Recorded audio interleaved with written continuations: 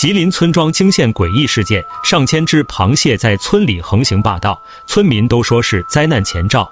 事情还要从一天清晨说起，在池塘干活的徐大哥突然被一阵喊叫声惊到，螃蟹满大街都是螃蟹。一听这话，徐大哥慌了神，连忙放下工具，拔腿就跑。到了一看，数不清的螃蟹正在村里的马路上横行霸道，村民们为了一饱口福，都拿着大桶忙着往家里捡。徐大哥瞬间懵了，村子附近压根没有河流，这些小东西究竟是从何而来？越想越觉得不对，糟了！徐大哥突然大叫一声，招呼都来不及打，就忙着往回跑。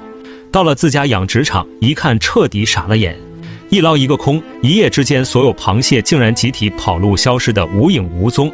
消息一出，惊动了整个小村，大家都觉得螃蟹集体出逃很有可能是不祥之兆。一时间人心惶惶，生怕灾难突然降临。谁曾想，没等天灾降临，徐大哥引以为豪的池塘养殖就毁于一旦。除了螃蟹集体出逃，养在另一头的鱼塘也遭了灾。年前投放的几千条鱼竟然也消失不见，大网一捞一条都没了。看着荷花池里漂浮的莲藕，他心里一惊，连忙穿上衣服就下了水。做梦也没想到，就连植物都难逃毒手。花高价收购的20多盆古莲只剩下花盆，粗壮的根茎被咬得坑坑洼洼，残缺不全。这场灭顶之灾让他多年的打拼一夜清零，崩溃地瘫坐在地，老泪纵横。池塘里肯定有什么凶猛生物寄居，可怎么打捞就是不见踪影。难道真是水怪作祟吗？吉林山村出现神秘事件，密密麻麻的螃蟹集体出逃，池塘一夜之间惨遭毒手，被彻底清空。幕后凶手究竟是谁？怪物真的有怪物。村民老李一大早就找到徐大哥，说他昨天干完活回家，路过池塘，瞅见一个半米长的尖头怪物在水里游。联想到池塘最近发生的诡异现象，徐大哥对水底怪鱼的存在深信不疑。一时间，池塘成了村里的生命禁区，平白无故遭了灾。老徐连忙向上级求救。收到消息的林业部门第一时间派专家前来调查。新疆曾经也发生过类似意外，最后发现竟是折罗龟搞的鬼。这种体长1米的食肉怪高居淡水水域的食物链顶端，但凡鱼虾通通画下。难道徐大哥家的惨剧也是折罗龟作乱吗？猜测一出就被立马否决。徐大哥的池塘虽然辽阔，但都被分割养殖，而折罗龟体型大，习性特殊，喜欢在宽大的水域中生存。仅凭只言片语很难判断，实地考察才是关键。在老徐的带领下，一行人浩浩荡荡来到了养殖场，一路走一路摸索。到了池塘的最南端时，突然发现了不对，一走一个坑，小的有拳头大小，大的比碗口还粗。专家立马警觉，把洞口挖开一看，密密麻麻的洞口每隔几米竟然相互串联，最后都直通池塘。更诡异的是，洞穴里还有消失的草鱼尸体。眼看老巢被发现，天色已晚，老徐却毫无睡意，干脆把自家大黄狗拴在洞口。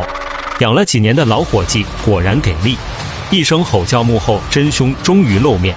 吉林山村出现神秘水怪，鱼虾惨遭洗劫，螃蟹被吓得离家出走，难道真是水怪作祟？养家糊口的池塘被水怪洗劫一空，老徐既心疼又气愤。夜幕降临，突如其来的狗叫声让他瞬间惊醒，鞋都顾不上穿就往外跑。到了池塘一看，一条半米长的怪物正在水里游荡，见有人出现，一眨眼就消失不见。老徐气不过守株待兔不行，那就只能用陷阱，连夜往水里布置了10几个捕兽夹。第二天一大早，贪吃的怪物果然被逮住。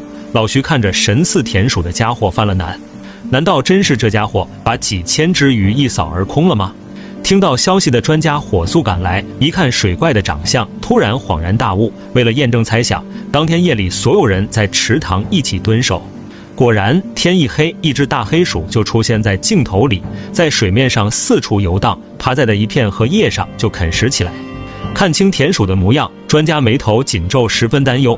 这确实是田鼠科的一种学名麝鼠，因产生麝香得名，喜欢栖息在池塘湖泊，钟爱莲藕和鱼虾。别看个头不大，捕杀10几斤的草鱼不在话下。作为水陆两栖生物，胆小怕事，但是打洞高手。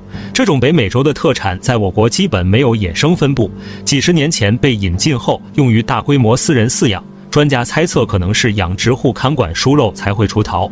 这种生物一年生12只，1只半年就能成熟的产崽量很容易泛滥成灾，但只要没有食物，就会被活活饿死。